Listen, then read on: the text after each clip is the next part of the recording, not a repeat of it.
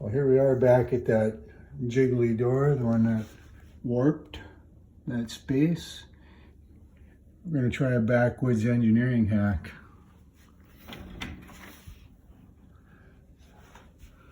I don't know if it's going to be thick enough.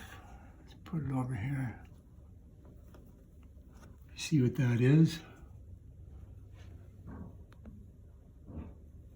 That is a cabinet door and drawer rubber bumper. See if it was thick enough. No, it wasn't thick enough, but you get the idea. Move it back here, see what happens.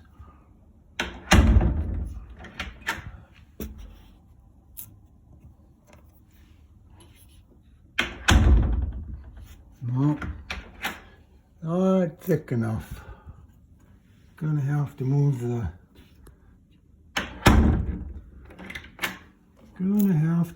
the door stop. That helped a little bit. Still jiggles and wiggles, but not as bad.